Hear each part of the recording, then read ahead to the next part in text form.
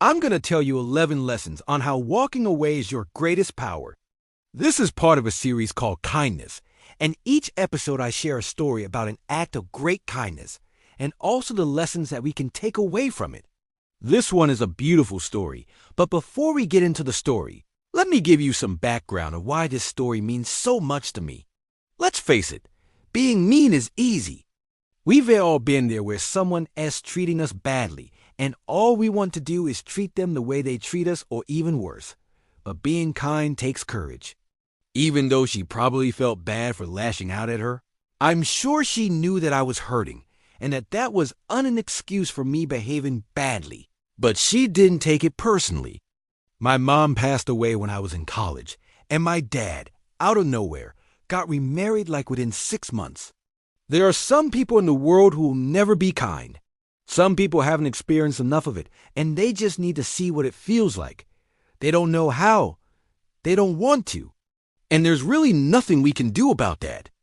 A lot of times when we walk away from something, it's not forever.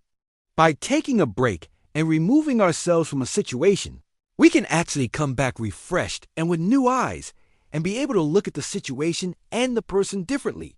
Maybe we're just walking away for a little bit to cool off, to get some perspective, but we're not giving up on the relationship.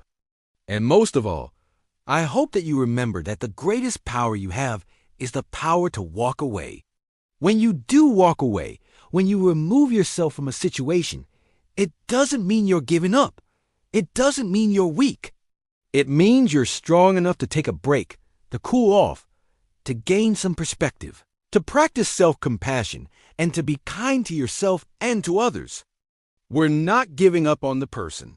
We're just taking a little break to be kind to ourselves and to be kind to them. We just have to be kind and then let it go. It takes strength to be able to remove yourself from a situation and to be in control of your emotions and to walk away.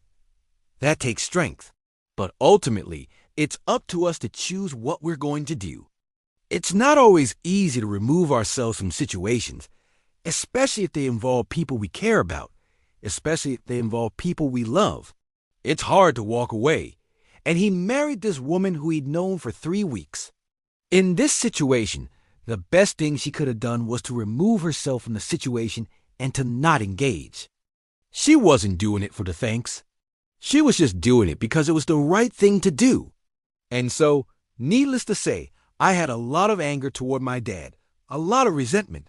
And then when they came to visit me at school, I remember I was just being so mean to her. And she took it with grace, and she actually talked to me after, and she said, "Your dad loves you very much. He would never do anything to hurt you." And she explained to me that sometimes people fall in love really quickly, and that is what happened with them.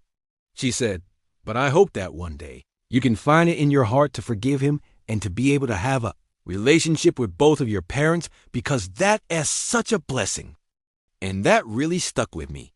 She walked away from that situation knowing that she may never have a good relationship with me, but she walked away with kindness. And so this story reminds me of her. The first lesson is that kindness requires courage. It takes a certain amount of courage to be kind, especially when you're not being treated kindly. The second lesson is that kindness is a choice.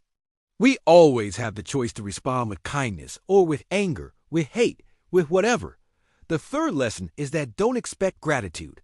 As we saw in this story, even though she was so incredibly kind, she didn't expect any thanks. The fourth lesson is that you're not responsible for other people's behavior.